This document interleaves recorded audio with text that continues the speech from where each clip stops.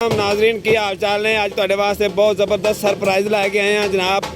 नवा मॉडल आ गया होंडा 70 का तो इनकी की खसूसियत है की इहदे विच तब्दीलियां कीतियां ने जनाब। जुरेज होंडा ते इस टाइम खड़े हैं, सानू इन्हां इनवाइट किया है। एक बाइक भी लैनी असीं नवी।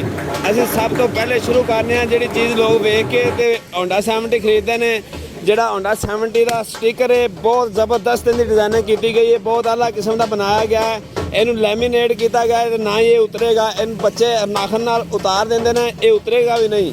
उस तो बाद जनाब यह टायरों की ग्रिप जी है वो बहुत मजबूत की गई है, बहुत अच्छी है। मतलब इनकी ग्रिप भी ज़्यादा है, इनकी गट्टी भी मोटी है, पहले टायरों नालों बहुत अच्छी इनकी ग्रिप हो गई है।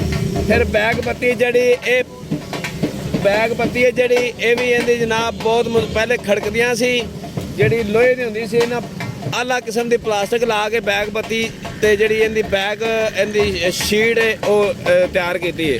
उस तो बाद जनाब जोड़ा इंजन का साउंड है बेहतरीन साउंड हो गया, बिल्कुल मज़ा आता जो मोटरसाइकिल स्टार्ट करिए। तकरीबन 70-80% जी इहदे बेहतरी लैके आए हैं इंजन की साउंड के।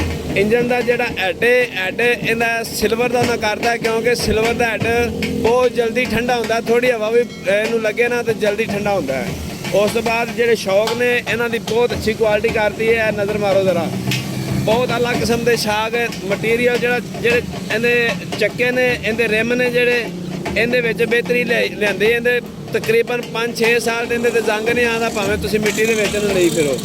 टायरों की क्वालिटी आ केबल क्लच चेक करो, है देखो इन्ना सॉफ्ट क्लच है, आ देखो सॉफ्टनेस बहुत ज़्यादा है। इहदा हार्न चेक करो, बहुत अलग क्वालिटी का जापानी हार्न लगा हुआ है।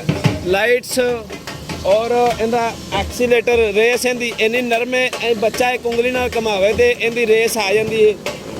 दूसरी साइड तो लैके आओ जी। चैन कवर की इहदी क्वालिटी बहुत बेहतर की है। चैन कवर का अगर सारे काबले खोल भी दिते जान तो खड़केगा नहीं, एडा मजबूत बनाया है। उस तो बाद जनाब यह सलेंसर चेक करो जी, सलेंसर की शाइनिंग बहुत ज़्यादा करती है। सलेंसर के उत्ते अगर कोई चीज़ अगे डुलती सी, दुध पानी कोई चीज़ तो उनका दाग बन जाता सी।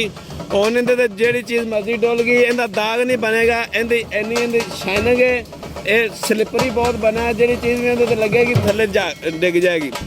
इहदी हब्बां दी जिहड़ी क्वालिटी है वो भी बहुत बेहतरीन है। ब्रेक लैदर जबरदस्त है। यह स्टिकर तुसीं वेख लो, टापे वेख लो, टापियां की मजबूती चेक कर लो, मैं कहना जबरदस्त है आल इन। उस तो बाद जी मेन गल है पेट्रोल बहुत महंगा हो गया है। ये जनाब लोग कहते रहे ना 40-50 किलोमीटर कर दी है, ये 70 तो 80 किलोमीटर करेगी 1 लीटर के विच। इहदे उन्हां प्लग दे विच इन्नी कुछ जिद्दत पा दी है, बिल्कुल पेट्रोल नूं सुंघदी है।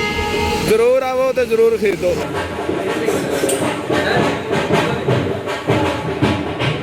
ले जी ये भाई हैं हमारे, इन्होंने 2023 मॉडल की जो अपडेट स्टिकर वाली जो बाइक है होंडा की 70 इन्होंने ली है। और ये होंडा के एक चीफ एग्जीक्यूटिव हैं जो उनसे कीज़ हासिल कर रहे हैं, जिनसे ये कीज़ हासिल कर रहे हैं।